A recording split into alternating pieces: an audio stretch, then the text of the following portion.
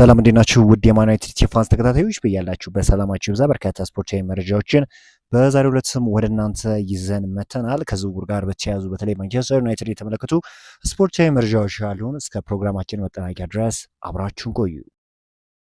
ሞርጋን ሮጀርስ የማንቸስተር ዩናይትድ ቁልፍ የዝውውር ኢላማ ሆኗል። የዝውውር ዋጋውም 80 ሚሊዮን ፓውንድ አካባቢ እንደሚሆን ተገምቷል። አስቶን ቪላ ተገቢ ዋጋ ከቀረበ ተጫዋቹን ለመሸጥ ፈቃደኛ ሲሆን ዩናይትድ ሮጀርስን በግራ መስመር ላይ ትልቅ ለውጥ የሚያመጣ ተጫዋች አድርጎ ይመለከተዋል ተብሏል። በክለቡ አመራሮች ዘንድ የዝውውር ትልቅ ድጋፍ እያገኘ እንደመጣም ታማኙ የዜና አውታር ቤን ጃኮብስ ዘግበዋል። ማንቸስተር ዩናይትድ የ28 ዓመቱን የዶርትሞንድ ግብ ጠባቂ ግሬጎር ኮብልን ለማስፈረም ከፍተኛ ፍላጎት እያሳየ ይገኛል። ዶርትሙንድ ተጫዋቹን ለመሸጥ ፈቃደኛ ቢሆንም እስከ 2028 ድረስ ኮንትራት ስላለው ቢያንስ 55 ሚሊዮን ዩሮ ይጠይቃል። ዝውውሩ የሚሳካ ከሆነ ኮብል ከሰነላመስ ጋር የማንቸስተር ዩናይትድ ቁጥር 1 ግብ ጠባቂ ለመሆን ብርቱ ፍክክርን ያደርጋሉ ተብሎም ይጠበቃል። ኮቢ ሜኖ በኦልትራፎርድ እስከ 2031 የሚያቆየውን አዲስ ኮንትራት መፈረሙ ይታወቃል። ይህ ውል ዝም ብሎ ፊርማ አይደለም። ከቤተሰቦች ጋር ይህን በመሰለ ድንቅ ፈገግታ የታጀቡ ፎቶ የዩናይትድን የወደፊት ብርሃን ያሳየበት ነው። የኦልድ ትራፎርድ የወደፊት ተስፋ የአካዳሚው ድንቅ እንቁ ኮቢ ሜኖ ህልሙን ስኬቱንና የላቀ ተሰጥኦውን በሚወደው ቤቱ ለማስቀጠል ፊርማውን ከነቤተሰቡ በፈገግታ የማንቸስተር ዩናይትድ ደጋፊዎች እጅግ ደስተኞች ነኝ የሚል ሀሳብ እንዳለው የሚያሳብቅ ነው። ለሚቀጥሉት ረጅም ዓመታት በቲያትር ኦፍ ድሪምስ ለመቆየትም ፍላጎት አሳይቷል። በአሞሪም የአሰልጣኝና ጊዜ ተቀያሪ ወንበር ላይ በመሆኑ የዩናይትድ ደጋፊዎችን አስከፍቶ ነበረ። እንደ ማክቶሚኔ እና ግሪንውድ ሌሎችም የመሳሰሉትን እንቁ የማንቸስተር ዩናይትድ ተጫዋቾች ከማንቸስተር ዩናይትድ መውጣታቸው ይታወቃል። ነገር ግን አሁን ውጭቱ ቀርቶ ደስታ ሆኗል። ሜኖም የዩናይትድ መለያ መሆን ችሏል። በማንቸስተር ዩናይትድ ቤትም ጥሩ ነገር ከዚህም የተሻለ ነገር ለማሳየት ዝግጁ እንደሆነም አሳውቋል።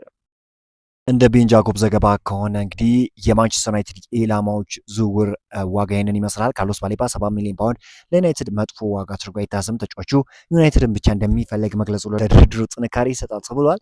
ኦሌ ቹዋሚኒ በ70 ሚሊዮን ፓውንድ ተገምቷል። ሳንድሮ ቶናሊና ብሩኖ ጉማሬሽ ቢያንስ 80 ሚሊዮን ፓውንድ ካልሆነም እስከ 100 ሚሊዮን ፓውንድ ሊደርስ እንደሚችል ተገልጿል። ኤሊዮት አንደርሰን ከ60 እስከ 120 ሚሊዮን ፓውንድ ዋጋ እንደሚገመቱም ተነግሯል። እንግዲህ የተሻለውን ተጫዋች ዩናይትዶች ለማስፈረም ይሰራሉ ተብሎ ይጠበቃል።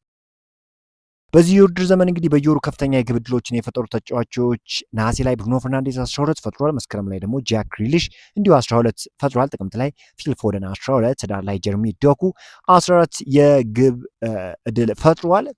እንደ አጠቃላይ ስንመለከት ብሩኖ ፈርናንዴዝ በማንቸስተር ዩናይትድ ቤት እየሰራ ያለው ነገር በጣም የሚደነቅ ነው ማለት ይቻላል። ብዙዎች እንግዲህ በዘንድሮ የውድድር ዓመት ይህንን ነገር ያሳያል ብሎ አልጠበቁም ነበር። እንዲሁም በውድድሩ መጀመሪያ አካባቢ ብዙዎች በብሩኖ ፈርናንዴዝ ላይ ትችት ሲያነሱበት እንደነበረ ይታወቃል። ነገር ግን አሁን ታሪኮች ተቀይረው ብሩኖ ፈርናንዴዝ በማንቸስተር ዩናይትድ ቤት በጣም ጥሩ የሚባል ነገርን እየሰራ እንደሆነ ይታወቃል።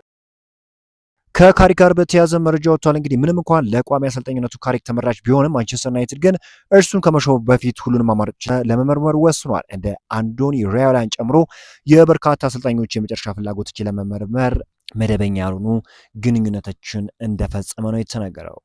በማንቸስተር ዩናይትድ አመራሮች ዘንድ እንግዲህ አዲስ ዋና አሰልጣኝ ከመሾም ጋር በተያያዘ ሁለት የተለያዩ የስትራቴጂ አማራጮች እየታዩ ይገኛሉ።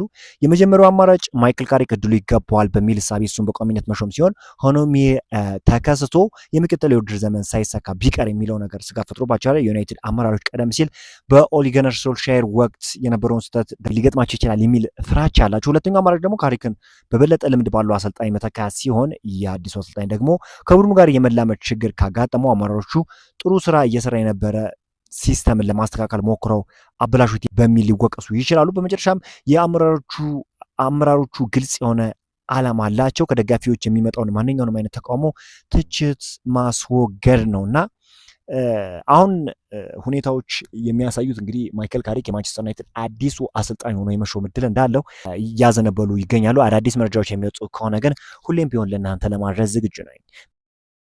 በዛሬው ዕለት ዩናይትድን የተመለከቱ ስፖርታዊ መረጃዎች ይህን ይመስላሉ። በአዳዲስ ስፖርታዊ መረጃዎች እስክንገናኝ መልካም ዘመን